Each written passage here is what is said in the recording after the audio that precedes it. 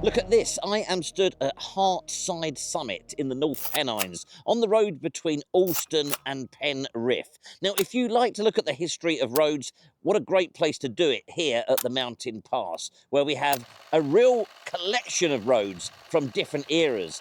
But do we have a Roman road?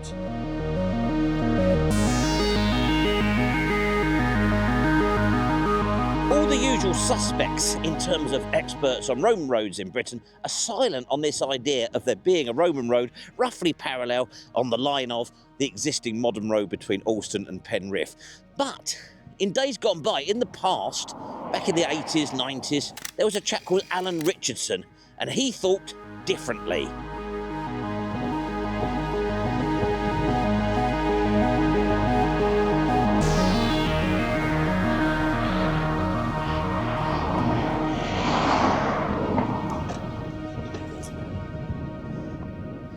So I am here crying in the wind, as usual. We are here today to specifically look at one aspect of Alan's idea. Further down the line of his proposed Roman road down there, it crosses a gill. And there he went to great trouble to try to demonstrate that the bridge there had its origins in the Roman era. And that is what we're going to look to today.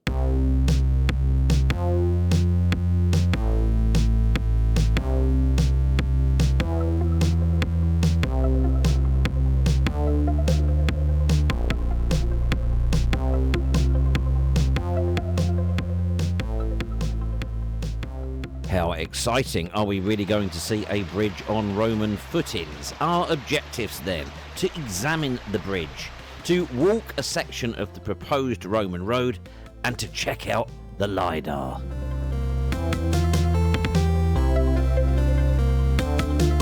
One for the boy racers here, the A686 today uses this hairpin bend before running it across the western face of Fiends Fell. Whoa! But in days gone, it branched at a Hartside cross with the old route to Penrith now marked by this track, and another running straight down the fell here. From White Cottage with Roman features, according to Richardson. Today it's just a grassy track, but he found it on the earliest edition Ordnance Survey plus 18th century maps. Richardson said that the A686 followed a Roman line and was once known as Corbriggate. Neither Margery nor the Roman Roads Research Association seemed to have anything to say about this. And therefore his proposal was that this was a linking road, a Roman linking road between that and another that he claimed to run through Renwick as Appleby Street.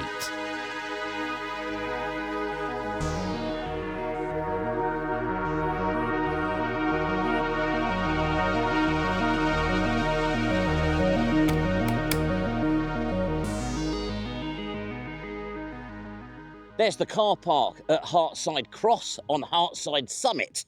If you come down to the side of it here, you will find this sort of ruinous road running straight down the hillside there, cutting off the modern day hairpin that the road enjoys there. And this is the way to get down to Alan's proposed line. Those of you who are familiar with that place may remember there used to be a cafe up there in the Hartside Summit car park. But sadly, it burnt down in a mysterious fire some years ago and has never been replaced. It's not a listed building. There's nothing architecturally interesting about it, which makes the fire particularly suspicious.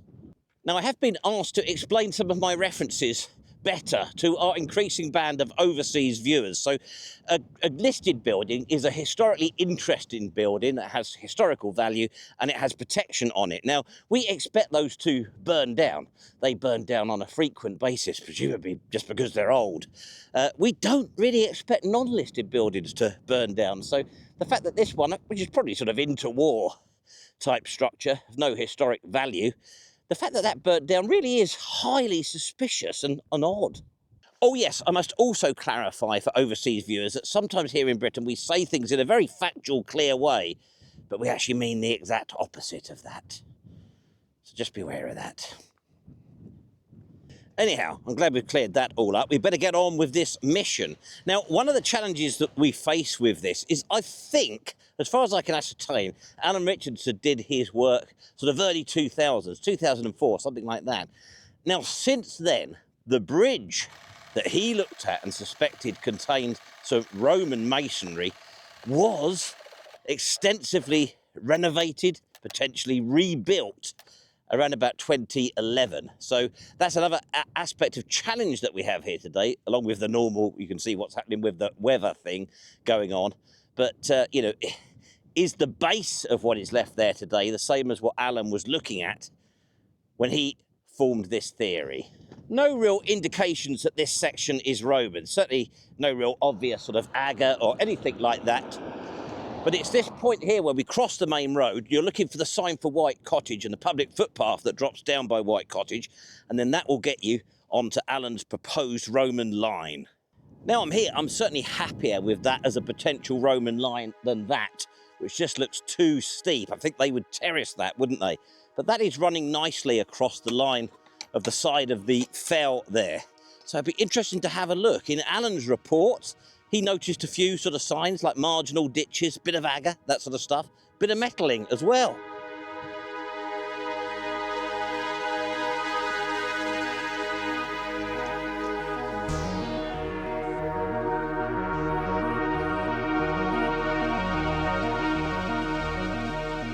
And then once we get to this gate and get through that, we're now on the line of the Roman road sort of proper as Alan looked at it back in the day. Straight away, I think it looks quite promising. Well, as promising as they ever look. It's straight.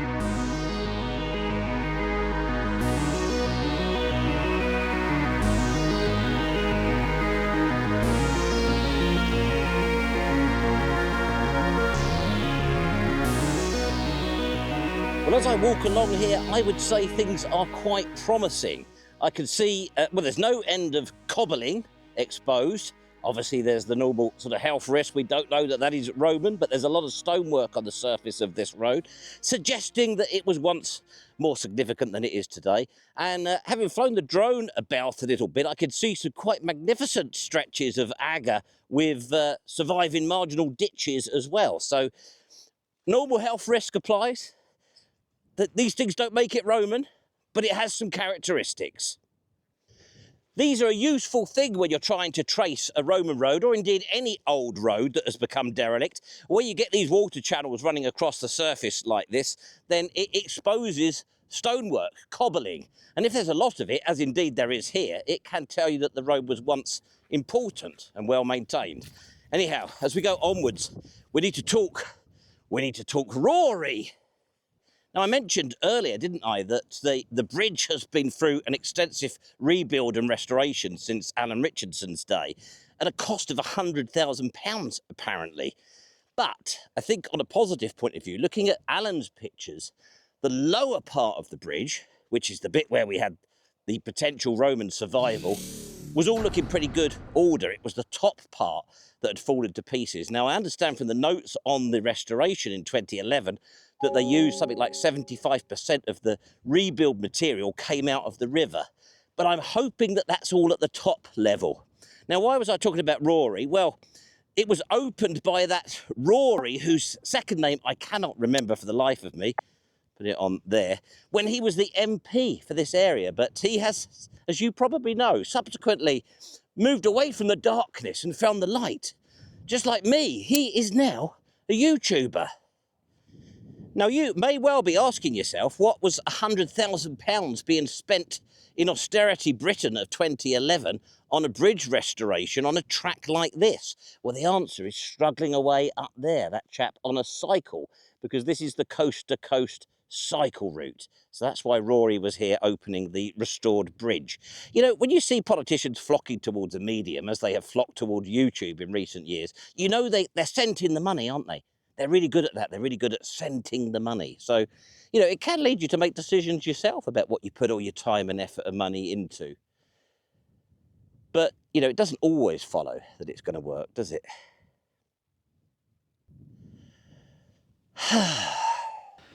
What are your thoughts about this as a Roman road so far, then? We've got some good aggers here, haven't we? And ditches, really strong straight alignment. Now, here's the section that we've walked in LiDAR, courtesy of Roman Road Supremo, Phil Barrett. And he was happy that this was showing an ancient road. But is it Roman ancient? As ever, be really interested to hear your comments as to what you think down below. Agadoo or agadon't? Now, this is a pretty exciting bit. So we've got our Roman road, if it is that, sort of going straight down this slope here. But then over to my right, you'll see we've got this magnificent, what Alan assumed to be later holloway, presumably some sort of bypassing on this steeper section of the road as conditions deteriorated. Medieval, something like that. Well, it's all good stuff, isn't it? Aggers, marginal ditches, cobbling, later medieval holloways bypassing the now ruined Roman road. But none of this is conclusive. None of this makes it a Roman road. What we can say, though, is we know the Romans were mining lead out near Epiacum. And in recent years, they did discover another Roman road out there. So an additional Roman road to the famous Maiden Way that runs out in that region. So, you know, it makes sense to me that there's a possible link coming from there across to Penrith. Whoa, look at this, ladies and gentlemen. So that's the bottom end of that holloway coming down. And then if we whip the camera here, can you see how it is dissecting through the line of the straight road? Let's call it the Roman road. The medieval is curving there. And then further down, it's cutting into our Roman road again as it approaches the crossing. And that's something you see quite often. I think this holloway in places has become a sort of a beck. It's become a watercourse.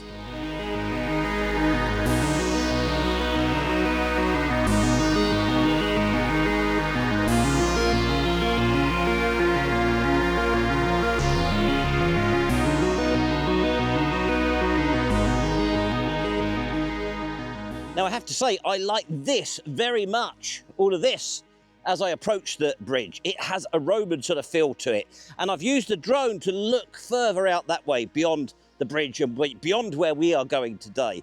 And the road, you know, is apparent in the landscape for a long way ahead, very much terracing along the side of this little valley of the Ricker Gill.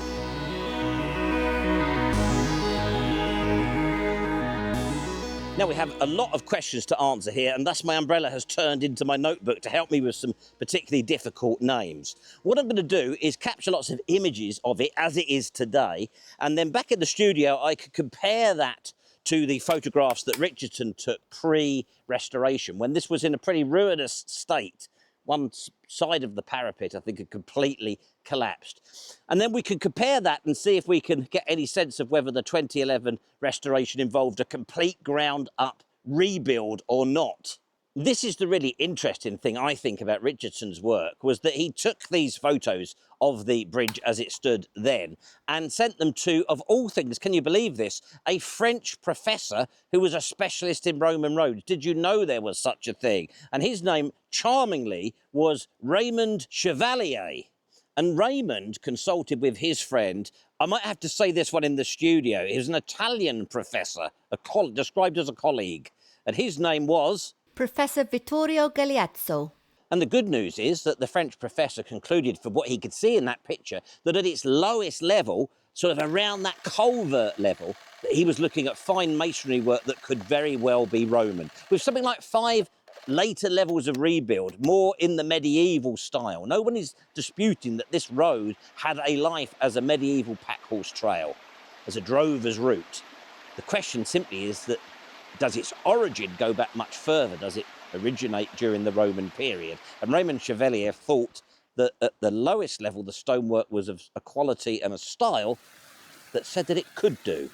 Well, I don't know. It's a puzzler, isn't it? I mean, let's not kid ourselves. This structure in its complete form, which does seem to be true to what I can see in the pre-restoration pictures, it has a very medieval sort of ring to it. But we know that sometimes these medieval bridges, when they're on a Roman road, are built onto Roman foundations. That is a thing, isn't it? One of the things I do like is that, looking at the map, you could have built your road not that further up there and avoided the need for any of this. Sort of, you could have built this road above where this gill starts. Now, that's a very Roman characteristic, isn't it? investing in all this infrastructure because the most important thing is the straightness of the alignment. Oh, hang on, I like these. Do you know what this is? It's for fine people to elegantly dismount from a horse. So presumably in the medieval period, ladies got off their horse before they went across the bridge. I don't know. What's that? You expect me to go down into that ravine and inspect the bottom of the bridge and the culvert at close quarter? Have you seen how steep and precipitous that is? What? I'm 57. I'm the leading amateur YouTube antiquarian. You expect nothing less?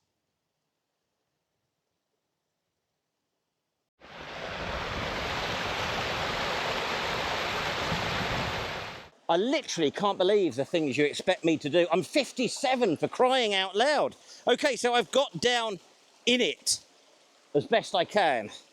The water is very deep, so there's limited opportunity, unless you expect me to wear waders, well, you can forget about that.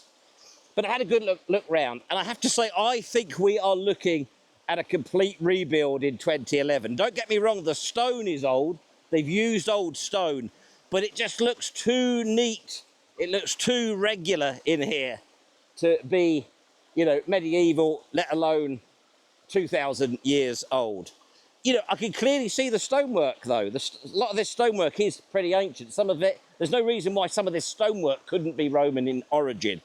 But I think the bridge itself has been completely rebuilt. Possibly at the lowest level, there may be a few stones still in situ, but I think it's a rebuild. If you know anything about this, let me know. I'd love to hear if you were involved in this restoration or you just witnessed it. It would be interesting to find out if I've got that right or if I've got it wrong.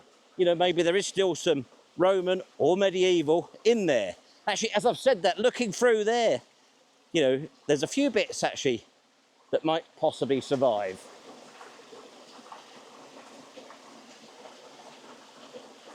With limited pictures left to us by Alan, it's difficult to do a comparison, but on the southern side of the bridge we have this one.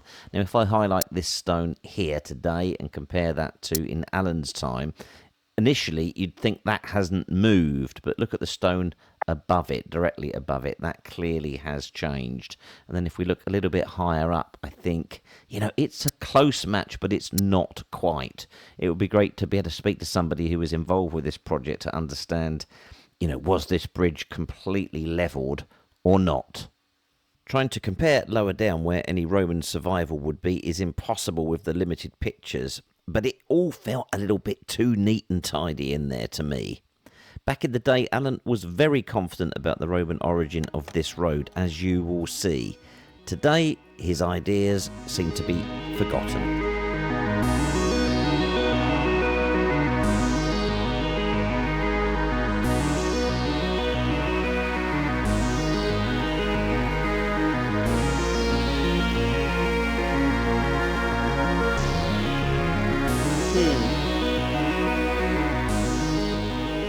What a shame. It's a pity, you know, that I wasn't able to get here before 2011 and see if I got any sense of Roman antiquity then, because I've got to be honest with you today, my mumbo-jumbo senses are telling me nothing about that. I am feeling nothing. However, whilst I think I'm concluding that we're not looking at a Roman bridge survival there, I wouldn't rule the road out. I actually think there are so many Roman roads, despite all the progress made in recent years, particularly with LiDAR.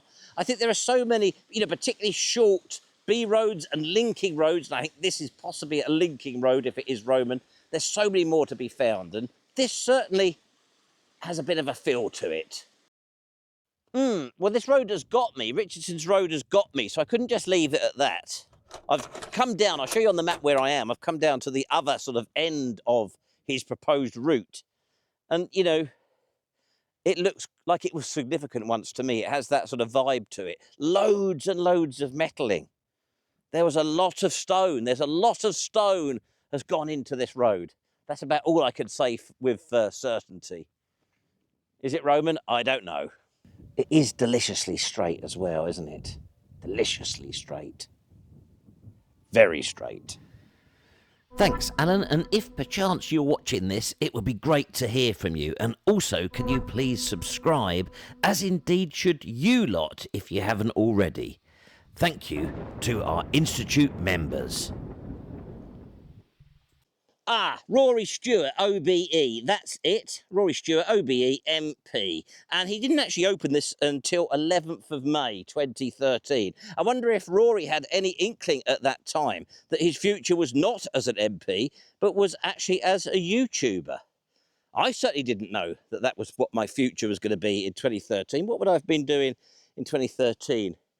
Quite a successful corporate career, actually. Earning pretty good money, you know, dividends, bonuses, annual bonuses, all that sort of stuff.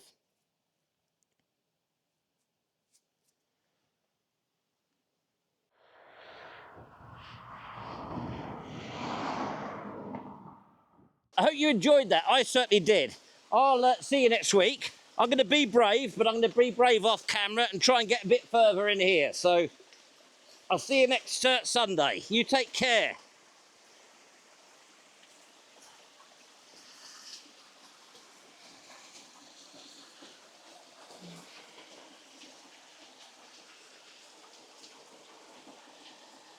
And I'm not coming out until you've gone, by the way.